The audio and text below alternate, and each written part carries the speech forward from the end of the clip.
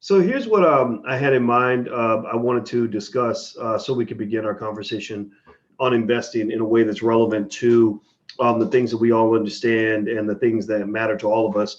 I actually wanted to talk for a second about two people that you probably know about, Richard Pryor and Eddie Murphy. Richard Pryor and Eddie Murphy, we know, are two of the greatest comedians of all time. These are two guys that did some amazing things in their career. Eddie's still not done. Eddie's actually about to sign from what I understand, a $70 million deal with Netflix, which is massive. Eddie's done a really good job of protecting his brand, and now his ex-wife Nicole, Nicole's kind of been out there a little bit, and she's been having some interesting experiences that that I don't know are protecting her brand, but Eddie's been doing a good job of protecting his. Now, why is Eddie Murphy coming up in my mind today? Well, I was looking at this show on Netflix called I think it's called Comedians in Cars Getting Coffee or something like that. Just one of those shows I don't typically watch. I like stuff that has action. Either you got to keep me interested, you got to make me think, and so I personally think we have enough comedy in the Black community. I personally think that shows like that just aren't that interesting. But I do find it interesting when a guy like an Eddie Murphy's on there. And let me tell you what caught my attention. One thing that Eddie Murphy talked about was his relationship with Richard Pryor.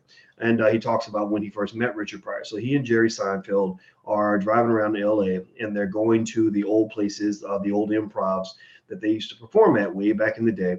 And one of the things that Seinfeld asked Eddie Murphy about was his relationship with Richard Pryor. And basically Eddie said that Richard did not like him very much, that Richard kind of was a little bit nervous about his presence, because he said back then Hollywood had this thing where there could only be one Black guy at a time. And so as a result, Richard felt very naturally that Eddie was his replacement, that Eddie was kind of the new Richard Pryor. So he didn't know exactly what to do. And so they, for a while they had kind of a crabs in a barrel thing going on, that I guess over time it must have alleviated itself, because when Eddie made Harlem Nights, which Eddie Murphy, we know, is a great comedian and a great filmmaker. His movies are always very creative. He and also the Wayans family. I love the Wayans family. I think Marlon has a movie out on Netflix now called Sextuplets, which is really good. So you guys may want to check that out. It's actually it's kind of amazing in the sense that the technology is really good, and he plays like 6 different characters. And so it's a lot like the Nutty Professor in that way, but the technology is better. So he's literally on screen with himself many, many times in a way that's kind of seamless and scary at the same time. At any rate, what most of us see when we look at Eddie Murphy and Richard Pryor is we see, this natural lineage. Red Fox is the man, then Richard comes along, then Eddie comes along, and then maybe there's some other guys that kind of became the next Eddie. I don't think anybody became the next Eddie Murphy, but you could throw in maybe Martin Lawrence or Chris Rock, guys like that. But I kind of feel like those three were kind of the comedy gods for Black people in terms of the guys that we all knew about. Now, here's a couple of dynamics I want you to think about as you're talking about empire building and stuff like that. As a Black person, who is sitting in this room right now, I want to convince you and persuade you to be an empire builder. And empire builders kind of see things from a different perspective. A lot of us, the masses, most Black folks see institutions from the bottom up. Like we see it, as a peon kind of looking up at the big, powerful institution. I mean, an empire builder has to learn to look from the top down. So if you look at Hollywood from the top down, as opposed to looking at it from the bottom up, you get beyond the crabs in the barrel thing for a couple of reasons. One is that, you have to ask yourself, why was it that Richard Pryor felt that there can only be one Black person at a time? Who set that rule? Where did that come from? Right? Why did Hollywood structure itself in that way? Right? And even to this day, there aren't enough opportunities for all the talented Black people that are out there. I want you to ask yourself, I mean, besides Richard Pryor and Eddie Murphy and Red Fox, do you think that there were other super talented Black comedians out there who could have been great if they've been put out there? So that's the first question I ask you. So who made up the one Negro at a time rule? Well, the people who created Hollywood made up that rule. They become your God. You don't just worship your oppressor at church when you look at the white Jesus on the wall. you're also worshiping him in your economic church, in your economic life. Or when you go to church and you're praying for economic opportunity, well, who are you praying for? Who can answer your prayers? It's that white guy that you work for. It's the boss in your life, the person that, or the group that controls the institutions to which you pledge allegiance every day. So rather than trying to be a person that fits into the institutions or gets opportunities in the institutions, I've encouraged Black people to be the ones who create the institutions. If you create the institutions, then you get to be an economic god. You get to be the one who decides, I like that kid. The kid's talented. I'm gonna give him a shot, right? You get to be that person. The other thing I want you to think about is this. Here's what you really got to understand in terms of what the economic gods do in terms of shaping your thinking. If you consider Red Fox, and let's go back to that example, Red Fox, Richard Pryor, and Eddie Murphy, 3 very talented Black men, no question about it, no doubt, amazingly talented. Do you really think, that there weren't any other Black people out there that were talented enough to go on stage and do a great job? Do you really think they were the only ones? What if they've been blackballed? What if, Red Fox had gone out and cussed out, the CEO of Warner Brothers or something and got blackballed from the industry? Do you think you'd know who he is? Probably not. Probably not. Because they structured the whole system to give themselves more power than you. They were playing a game called Powernomics. And when you play a game called Powernomics, you're not trying to be the king. You're trying to be the kingmaker. See, the kingmaker has more power than the king. The kingmaker gets, the kingmaker is the person who controls the whole game. They control the rules of the game, the structure of the court, how you score points in the game, what that really means, who even gets to play, who even gets in the game. You up here trying to win the game, but you're not thinking about who actually created and controls the game. So I encourage you to try to think on a higher level. Thinking on a higher level naturally allows you to think on a bigger level. When you're thinking on a higher level, you can think about this. If you're in a space shuttle and looking down at the Earth, you can see the whole Earth. But if you're on the ground, you can only see what's around you and you don't see the entire landscape. So I encourage you to think on a higher level and on a bigger level, because what you'll find is that sometimes your inability to do what you want within a system is because you haven't actually sat down and thought about where that system came from. Every system that exists around you didn't come from outer space. It was created by somebody, and somebody made you think that that's the way things are and the way things are supposed to be. Now, let me see. I have on my Instagram, which is The Real Boyce Watkins. I put this image up. I've been trying to convince Black celebrities to have the courage to consider creating a sports league, to kind of do what Ice Cube did with his business partner. Now, Cube doesn't own the entire Big Three League. He owns part of it, but it is what it is. So let me show you guys the image that I put up. I want you to just kind of take a look at this. Okay, so here's the image, the meme I kind of threw together. And it says, if guys like this could start their own league, then guys like this can too. The guys at the top, who are the guys at the top? The guys at the top are the original founders of the NFL. These guys didn't have 1/1000th of the money that Jay-Z has today. These guys didn't have one millionth, I'm sure, or 1/10,000th of the money that the NFL, NBA athletes have if they put all their money together. At that time, you could actually buy a team in the NFL for about $100, and they had a hard time getting people to come up with $100. The Chicago Bears were bought for $100. Now, I don't think that they're worth less than $100 now.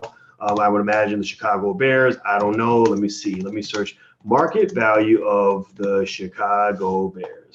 Let's see. What are the Bears worth? The Chicago Bears are worth $2.9 billion. $2.9 billion with a B.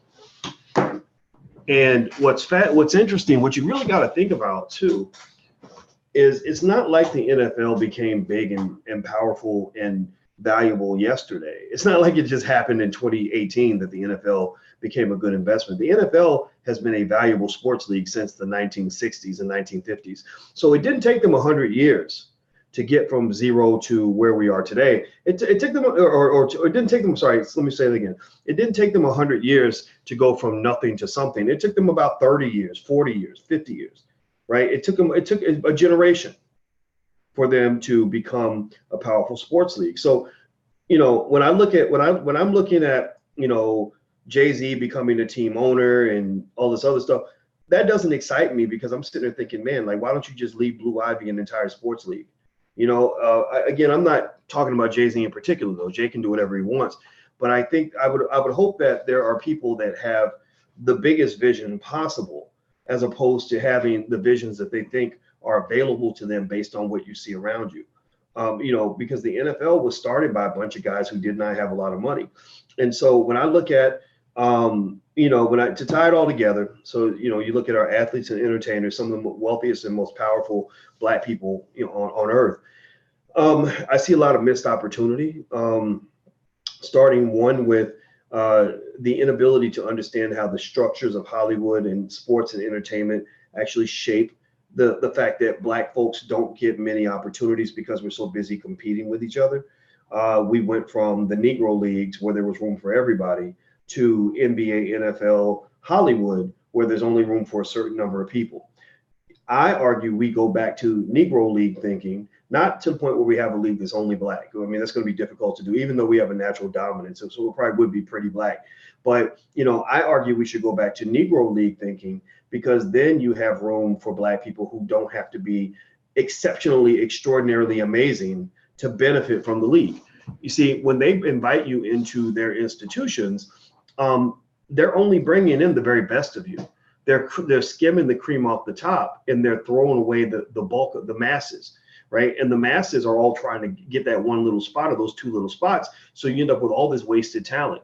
The Black community has trillions of dollars in wealth that is sitting on the ground, being thrown in the garbage every day, just from the unused labor supply, due to our extreme inability to create jobs and opportunities for the community. What we need are not economic, people with high salaries and economic successes. We need economic gods who know how to create institutions, who know how to create opportunities. If you just created a business with the right line of thinking and went in and scooped up and trained all the young Black men on the south side of Chicago, on parts of Baltimore, New Orleans, New York, New Jersey, all across the country, and train them up and prepare them to come and provide a solid labor force for your work, that's trillions of dollars just being thrown to the wayside. Like, that's literally almost like environmental waste, the way they'll use up a product or something and then throw the waste away. Like literally, that's what they do to the community. They take the part they want, and the rest becomes toxic waste that's thrown into the garbage. What I liked about Ice Cube's thinking, and the reason I think he's onto something with the Big Three League, for example, is that Ice Cube went and said, wait a minute, you're telling me that these guys have no economic value because they're not as good as LeBron James, but there are a lot of great basketball players out here who are not in the NBA. So Ice Cube went and got, the Quentin Richardsons and Rashard Lewis and Nate Robinson and Glenn Big Baby, what's his face? Can't remember his last name. Y'all know who I'm talking about. And he got all these guys, Amari Stoudemire, my God, he got all these guys, Mahmoud Abdul-Rauf, as old as he is, he's still balling his butt off. And he created this league with these guys that is really a good league. And so what Ice Cube knows is that it's just going to take some time and resources to brand the league, which is going to take a few years. It doesn't happen overnight. And what Ice Cube will be able to do for his children that Jay-Z won't be able to do is leave his children an entire sports league. He's not leaving his children a franchise. Or a piece of a franchise. Jay-Z won't leave Blue Ivy an entire team. He's going to leave Blue Ivy a piece of a team, which is still fine. I mean, it's not like it's a bad thing, but he's overpaying. He's paying an inflated price because he's paying to get into the NFL after the NFL has become the biggest thing in the world. It's like buying a share of stock. If I go buy Google stock, then I'm going to pay, or Alphabet stock, I'm going to pay what, $2,000 a share. Maybe it's Amazon that's $2,000 a share. I think they're both expensive. I got to pay $2,000 a share to get a piece of Amazon. So I can't get the growth potential of Amazon. I can only get Amazon based on what it is right now. So my return on investment is not going to be what it would have been if I bought Amazon when it was $5 a share. Do you follow me? Do you see what I'm saying? So ultimately, what I really think is that, a little bit of vision, and a little bit of financial literacy could literally unlock trillions of dollars. Like, you're sitting on trillions, Black people. Like, you really are sitting on trillions of dollars in untapped wealth untapped human capital, untapped economic potential that you don't even know is there. You don't even know is there. So don't get caught up in the whole, like, let me open this door. This fly is gonna drive me crazy. Don't get caught up in the whole, like, we'll be better off when white people decide, to give us opportunity sort of thinking. That's the wrong kind of thinking. If you really understand wealth and understand it the way I understand it, and I'm not telling you to understand it like me, I've been studying this stuff for 20 something years. But if you saw what I saw, you would see wealth everywhere. There is wealth everywhere in the Black community because Black people are really special people. Like the talent we have, very few people have that. Our survivability, very few people have that. Our creativity, very few people have that. So a lot, and also a lot of that wealth it's abandoned, it's undercapitalized, it's underutilized. So it's literally a sitting duck. It's literally like, you're out here trying to date the captain of the cheerleading squad, but you got the most beautiful girl on earth, the future Miss Universe, sitting right next to you, and you don't recognize it because she's wearing glasses and is dressed like a nerd and doesn't have didn't get her hair done, right? So that's what I'm saying with Black people. Like, you're sitting on power and wealth. You just have to know where it is. And you have to tap into it. So just to finish off in terms of the real life example that I wanted to share with you guys, because this was on my brain today. When I saw Richard Pryor and Eddie Murphy competing, because Richard was worried that Eddie was going to be the next new big Black comedian and stuff like that. I also thought about Richard Pryor and his wealth, and in terms of the fact that he didn't die broke. I think Richard Pryor was worth about $40 or $50 million when he died, so he kept some of his money. I respect that. A few mistakes he made in his life economically is, one, he got a lot of divorces. I think he was divorced, or he got married 7 times to 5 different women. So his personal life was pretty chaotic. Divorce is very expensive. Divorce is marriage and divorce are legal contracts. Those are business deals. So if you are doing bad business deals over and over again, it's going to drain your resources. I think Larry King, he's doing his 8th divorce or something crazy like that. So be careful with that. Also, I wonder how much ownership Richard Pryor had in his films, in his, in the albums that he put out, things like that. I don't know if he was thinking in terms of ownership, but there's a lot of potential there economically. Also, this idea of kind of being the only great Black comedian. There are people along the way later on, like Russell Simmons, who said, wait a minute, there's tons of talented Black comedians. All we have to do is find a channel to release all of this talent out into the world. So, through his partnership with HBO and stuff like that, he created Def Comedy Jam. And next thing you know, you've created all these powerful brands and all these really well-respected comedians all throughout the globe that are doing extremely well. That's where Chris Tucker came from, and Monique, and I can't remember all the other. Did Chris Rock come out of Def Comedy Jam? I mean, I think he probably put out maybe about 15 comedians that are now household names. I think Mike Epps might have been one of them. Martin Lawrence, that's when he really blew up. So ultimately, what Russell Simmons did with Def Comedy Jam, what Ice Cube's doing with Big 3, things like that. What Tyler Perry is another example. Tyler Perry, I did a tour of Tyler Perry's studios. Tyler invited me down to go tour his place, and I respect him for that. Even though, I don't agree with everything. I don't, everything he does. I don't love every single one of his movies, but I can tell you, from my personal experience, he's a very nice guy. And Tyler invited me down to go and tour Tyler Perry's studios, and I was honored by this because I don't think he lets a lot of people just sort of walk around. And when I was there, I noticed that he really does a good job of digging back and finding all those Black celebrities, all those brands that have been kind of tossed to the wayside, all those things that are worth millions of dollars, those big names that are beloved in the Black community but forgotten in the white community because white folks don't have any use for them anymore. There are a ton of Black superstars, Black Hollywood celebrities that were really big in the 1990s, but you haven't seen them for 20 years. And it's not because they're not trying to put out a record, or it's not because they haven't been trying to, get into a movie. It's because nobody's giving them opportunities, and they don't know how to create their own opportunities. So Tyler Perry, God bless him, one thing that he did do is he went and he dug up a lot of those old celebrities, and he's been able to make money for himself, but also make money for for these celebrities, restore their pride and self-esteem. And I believe that if everybody had that skill in our community, if everybody had that skill in our community, you would see Black wealth probably go up about $5 trillion in one decade, in one generation or one decade even.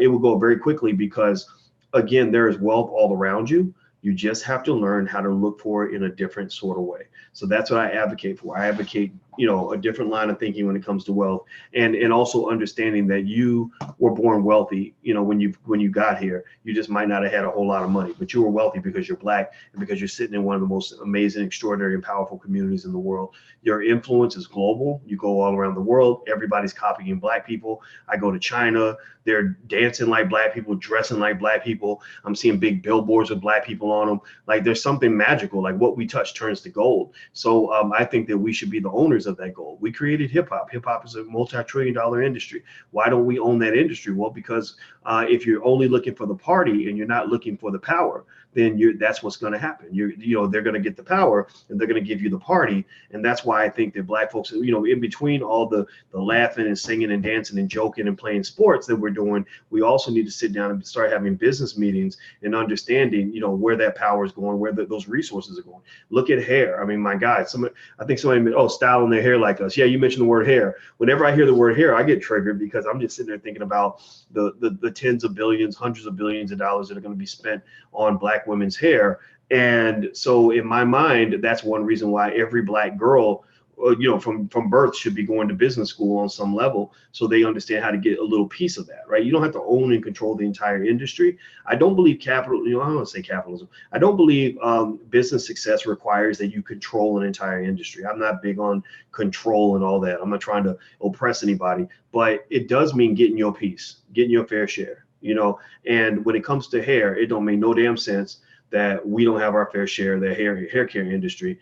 And shame on you, shame on us for not taking the time to teach our kids enough about business to make sure they at least get their share of the industry. So those are some thoughts that come to mind. This all relates to investing because in order to make these things work, you have to have people that are willing to invest. Investment typically is done through three major areas: stocks and bonds, which gives you ownership of entities as a passive investor where other people are running the business, but you're an investor in the business. Real estate, where you're owning property and land. Land and property are very valuable, very important. They typically don't go down in value. And then the third area is entrepreneurship, being able to sit down and figure out, what are the demands out there? Like what do customers need? How do we supply their needs? How do we set up a system and a process to get their needs fulfilled? I believe any Black child of average intelligence or higher should be taught from an early age that, you don't want to learn money, you don't want to learn to earn money just by working. Working is nice, but you want to get bang for your buck. So if I'm working really hard sweeping the floor, that's not the most efficient way to earn money. The most efficient way to earn money is for me to sit down with a piece of paper and a pen and figure out how many people I can hire to go sweep floors and figure out a way I can bring in more revenue than it costs me to provide the labor for people to go sweep floors. You don't have to use your own time and sell hours of your own life. There are plenty of people out here that will gladly sell hours of their own lives in order to help make you wealthy. And that's just a fundamental fact of economics. So, and typically those who get the most wealth, going back to the point I made earlier about thinking big and thinking, at a high level, not a low level, the people that tend to have the most money are the ones who are up here, because what they're doing is they're corralling people that will come together and perform a task for them. And they'll say, okay, you want $20 an hour. You all want $20 an hour. Great. Well, I'm paying 20 people $20 an hour, so I'm paying $400 an hour to get this job done, but I'm making $50 an hour across 20 people. So that's 50 times 20 is 1,000. So I'm making $1,000 an hour. I'm paying out $400 an hour. So that $600 an hour goes to me as the owner of the property, the owner of that asset. So then at that point, I'm making money, and it has nothing to do with how many hours I work that day. It only has to do with how efficient my system is. So teach your children systems, put them in a position where they're around people who know systems. One of the best systems creators I've ever seen in my life is a white guy named Jeff Bezos with Amazon. Oh my God. I mean, this guy, he was sitting in a class, that was basically teaching like how to start a bookstore. So he's literally in this class and he's taking notes next to librarians who want to start like little mom and pop shops, like literally. And he just figured out how to sell books. And he said, I bet if I sell books on the computer, on the internet, I could sell more books at a faster rate than people can sell by selling one book at a time. So what he did was he took his technology background and he applied it to an age-old business model of selling a book and collecting money from the customer. And next thing you know, everybody else is selling, 5 books an hour. He's selling 10,000 books an hour, right? And then the other thing that makes me think about is that if you want your children to have the best shot at being rich, 2 things that you really want them to be experts on at an early age. Forget basketball and football. Please stop that. Like don't stop making our kids experts at basketball and football, because most of them aren't going to make any money playing sports. Let's play sports, that's fine, but just know sports that's a game. That's a child's game. That's not a grown-ups game for most people. Except maybe the 0.1% that get there. Have them be experts on 2 things: technology and business. Technology and business go well together, because if you know technology, you understand how computers kind of scale everything very naturally. Like if you have something on, like for example, I get on the internet and I give a speech, and I can speak to 100,000 people at a time. But I have people that want me to come give speaking engagements, and they'll be like, oh, we got 300 people in the audience. That doesn't mean anything to me. It's like, why would I talk to 300 people when I can talk to 30,000 people or 100,000 people? So when I'm trying to get my message out, I'm thinking in terms of scale, and it's an understanding of technology that leads me to be able to figure that out, technology and automation. But then the business side comes into play when you are basically trying to figure out, okay, how do you do something at scale that is also profitable, right? So, the reason it's important to understand both is because if you remember when Apple Computer got started, you had Steve Wojnarowski, whatever his name was, working with the visionary Steve Jobs. So Jobs, basically, he's the business guy. He understands, if I sell it for $1 and buy it for 50 cents, I'm going to make 50 cents for every unit or whatever.